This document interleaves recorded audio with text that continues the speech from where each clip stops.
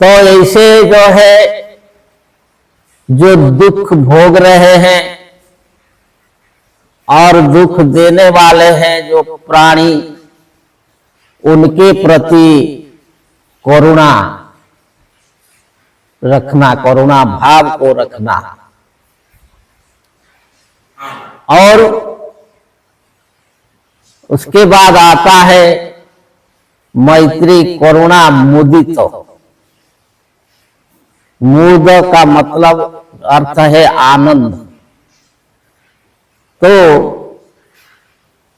जो सुख दुख पुण्य,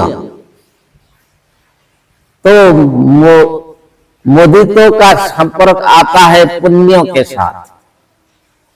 तो इस संसार में जो भी कर्म करना है, पुण्य कर्म करना है,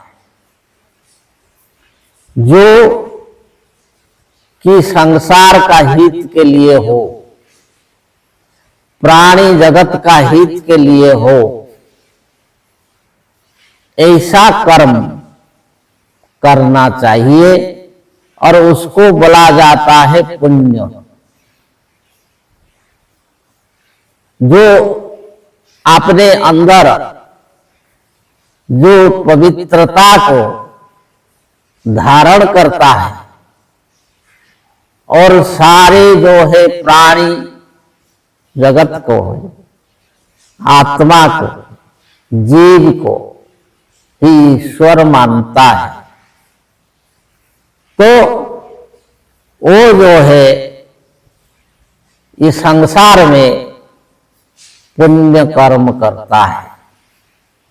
तो पुण्य के प्रति और पुण्य कर्म करने वालों के प्रति जो है आनंद भाव रखना चाहिए। पुण्य के प्रति, पुण्य कर्म के प्रति और पुण्य कर्म करने वालों के प्रति आनंद भाव रखना चाहिए। और उपेक्षा अर्थात त्यागना, त्याग देना।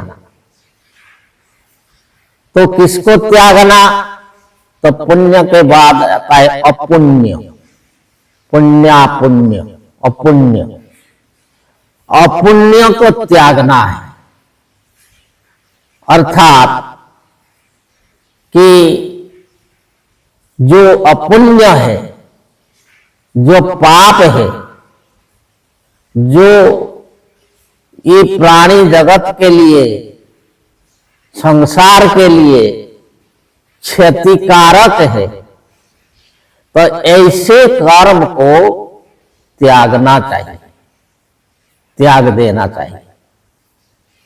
और जो ऐसे कर्म में भी लिप्त है, उनका संपर्क में नहीं रहना चाहिए। जो संसार का अहित के लिए, प्राणी जगत का अहित के लिए कर्म कर रहे हैं, उनका संपर्क में नहीं रहना चाहिए। और खुद भी जो है अपुण्य कर्म में नहीं लिप्त होना चाहिए। तो उसको बोला जाता है जो है उपेक्षा। तो सुख दुख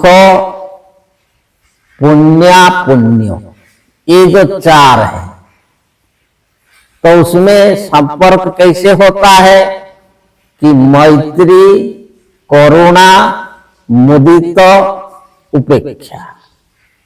सुख के साथ मैत्री, दुख के साथ करुणा और पुण्य के साथ मुदित आनंद और अपुण्य के साथ उपेक्षा। ये जो भावनातः ऐसा भाव रखने से जो साधक ऐसा भाव रखता है, ऐसा भाव रख करके जो चलता है, तो उसका क्या होता है? चित्त प्रसादन। उसका चित्त जो है, मन जो है, प्रसाद रहता है, प्रफुल्ल रहता है, जो प्रसन्न रहता है।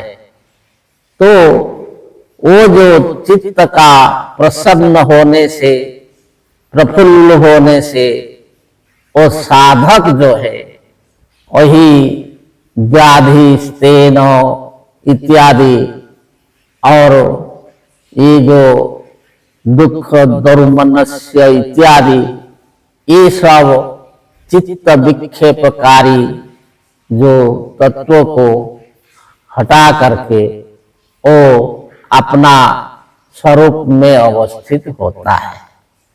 तो ऐसे श्रीमद् भगवत गीता में भी कहा गया है कि प्रसादे सर्व दुखानां हानि अस्य उपजायते।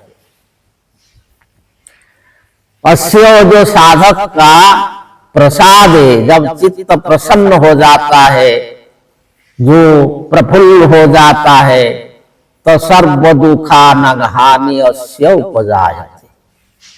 उसका सब प्रकार के जो दुख है वो नष्ट हो जाता है। जो आध्यात्मिक, आदि भौतिक, आदि दैविक जो दुख है, और दुख जो है नष्ट हो जाता है।